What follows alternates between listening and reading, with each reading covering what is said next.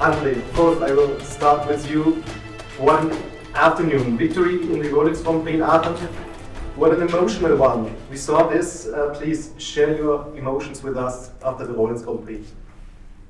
Yeah, I mean, I had very emotional moments before with that mare.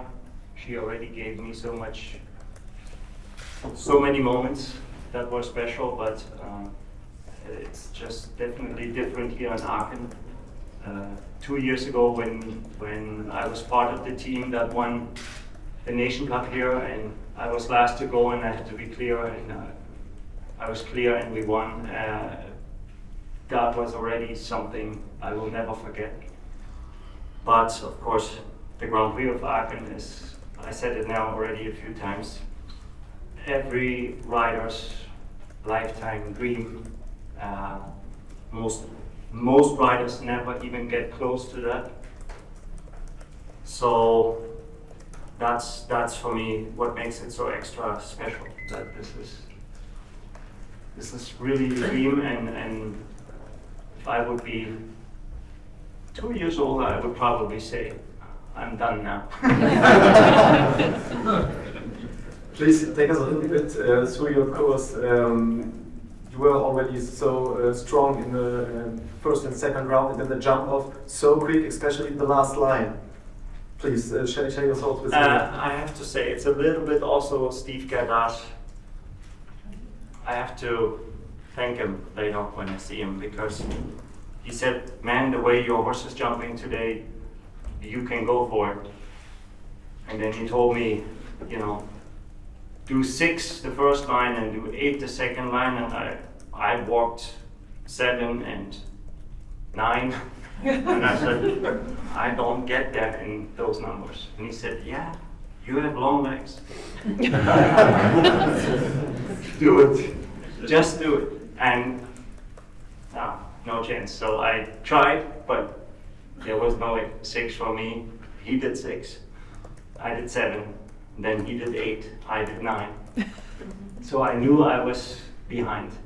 But I also knew that she's quick on the ground, and I knew I can turn really quick, and I also knew she doesn't lose too much time in the air.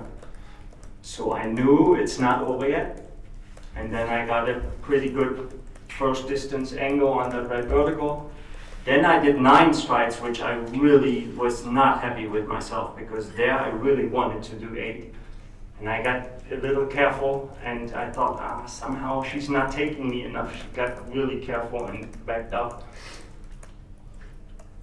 And then when I came through that combination, I knew now I only have the last 2 jumps left, and I have to go for it, otherwise I'm definitely going to stay behind McLain. And so I turned, I think, really short and aggressive, and it worked out perfect. And then I don't know what the number I did to the last jump, but it felt like not good.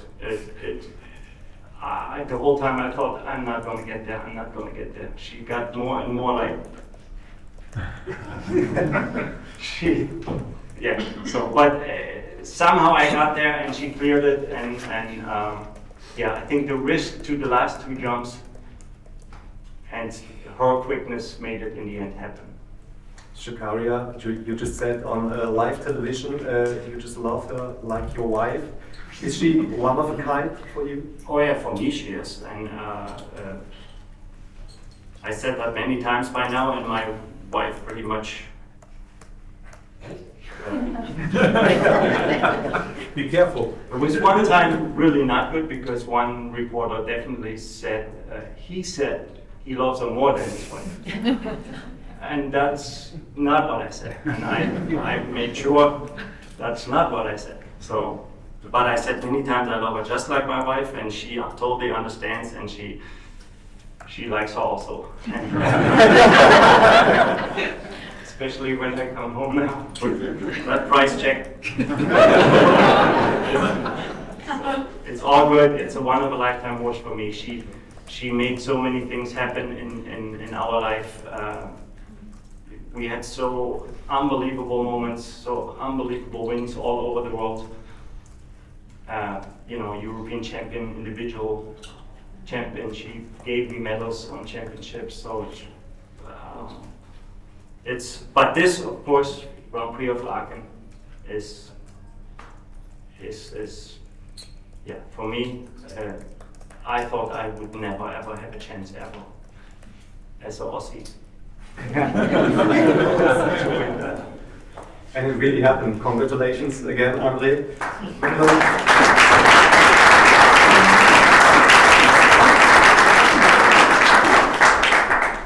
McLain was ahead of Richard today, but another time just second. It was so close. Is that what's the tricky thing about starting the jump off? I have to say, I thought this morning if I was ahead of Richie, it was good enough. It was going to finally be mine. This Grand Prix has definitely eluded me. Yeah, I mean, certainly going first with this level of competition is a challenge. And it's only the second jump off I've actually ridden this horse in. The first was I was beat by another German in Palm Beach the last week, so they're taking their toll on me. But I believe in his stride and his step, and he did everything exactly the way I planned. In hindsight, I could have done 8 to the last pretty easily. I had to fade out, and it felt slow. The horse was jumping better the last round than even the first. So you always kick yourself a little bit. But André took a great risk, and it paid off, and that's great sport. I can't be disappointed with anything other than, yeah, you certainly would like to win. And I could imagine, to sum up, it was a pretty good week for you, despite not winning today. Yeah, it's interesting. I didn't have a win this week, but we had a lot of finishes, and if Richie hadn't had the week of the lifetime, I want to say it was a very good Aachen. But yeah, every horse performed great. Like I said, Ilex and I are, honestly a bit of a new partnership this season, and we're going into the Olympics. So I thought we really fine-tuned things throughout the week here with a strong performance, and I'm feeling very good about Paris. So it's been a great week. Perfect, thank you, McLain. Richie, McLain mentioned it. It was an extraordinary week from you. Today as well in the jump off, you were the fastest again, but then the last moment, what happened? Yeah, first of all, I want to thank my whole team, everyone behind me, my friends, my family, all my supporters, for such an amazing week. It's more their success than only my success. As you mentioned, or as McLain said, we had a week of a lifetime. I'm not sure how we should repeat Aachen like this. But yeah, in the Grand Prix, my horse, United Touch, he jumped 3 amazing rounds. He felt in best shape. I thought he jumped outstanding. I had a plan for the jump off. I actually went through the plan just right before I went in with McLain and was confident about it, and everything worked out well enough. So I thought I can give myself a little breath before the last. I thought I didn't take all the risk to the last, and I was still quite sure the time was good enough. And then he was over the fence in front, but not behind yet. Touched it slightly behind, and we had a rail. I was sure the luck is on our side. But yeah, that is not taking anything away. We're more than happy, especially how my horse jumped, and all the success rest of the week. And yeah, André won, and he deserved that win, and I'm happy with third place as well. And one thing's for sure, you became a clear fan favorite here in Aachen this week. That the spectators screaming your name here in Aachen, I think that's something special, isn't it? Yeah, for sure. I think it's the most prestigious show in the whole world. For us, anyways, the most special show as a German, and to be here and have that ground, that special crowd, so much behind you, it gives you a lot of wind, and you have that many people behind your back. It's obviously a good feeling, a nice feeling, gives you confidence. So yeah, I cannot thank them enough. Thank you to all the three of you. Vogel Rosenberg, first of all, we saw great sport again today. How would you sum that up? And then at the end, your conclusion of the CHIO Aachen 2024. Well, first of all, I would like to thank Rolex for being our outstanding partner for more than 25 years now, for being partner of this Grand Prix of Aachen, the Rolex Grand Prix.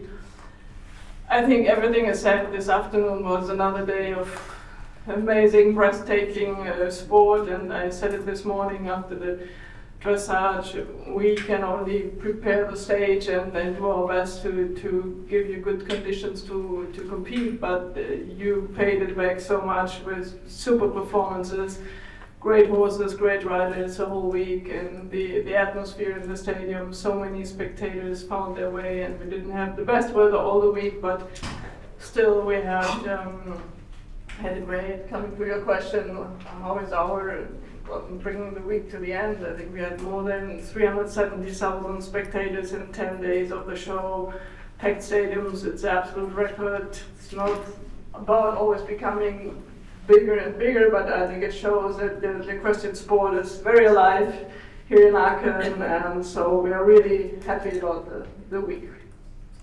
Thanks to all of you.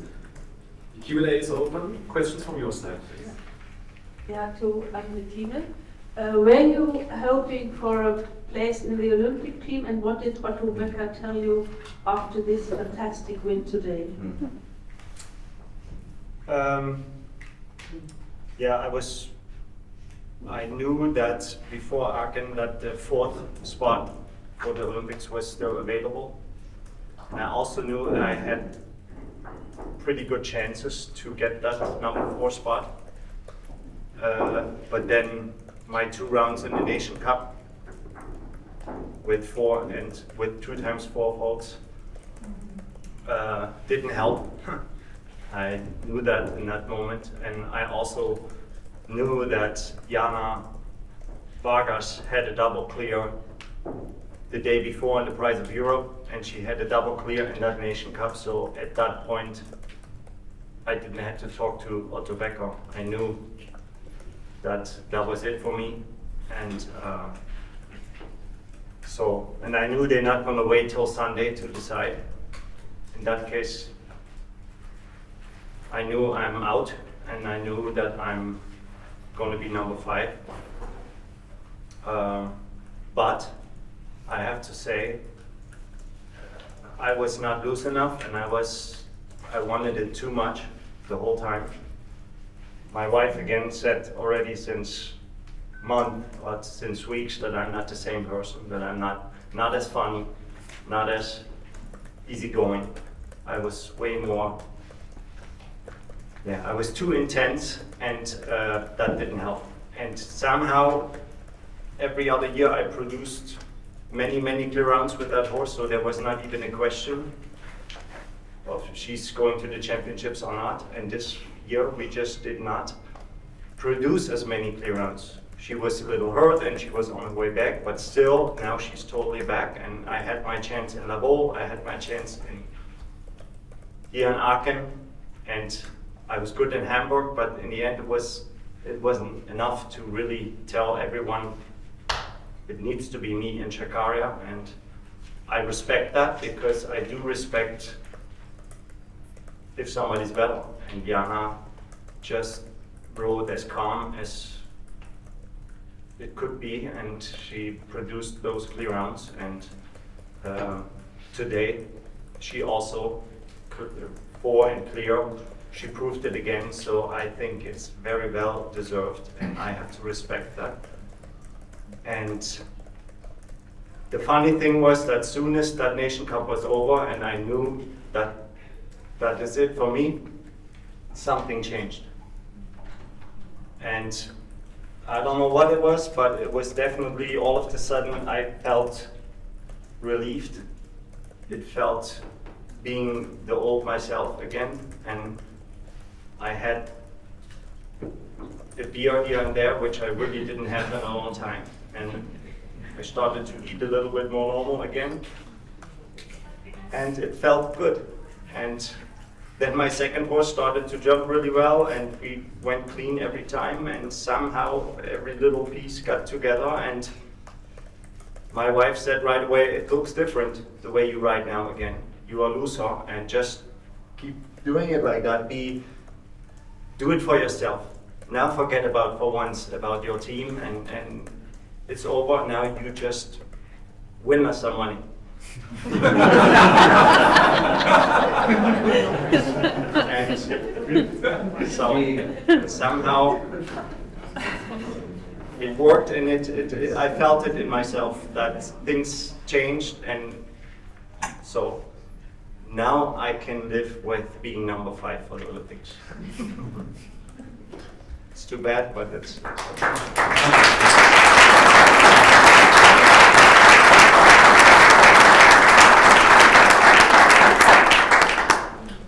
I would say this is nearly the perfect ending of this press conference, because I guess everyone wants to go outside and see the Fable of the Nations. But one last thing, before we come to the ending, was of course draw a winner. Every journalist could pick their winner for today, and André, 3 journalists picked your name. So if you could draw a winner for this bottle of Tattanger. Come on, André, just buy all 3 journalists. Yeah, exactly. Yeah. Flourish. Good point. Yeah. So by the way, we're going to talk to Otto and Steve a bit later. That's the part then. So the winners, these be Chakaria and André Thieme. Wrong. Jule Suhr. So,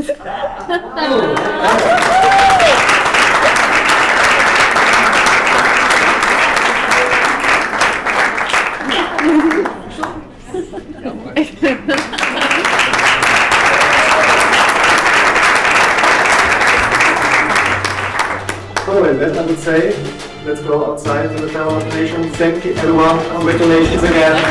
See you next year.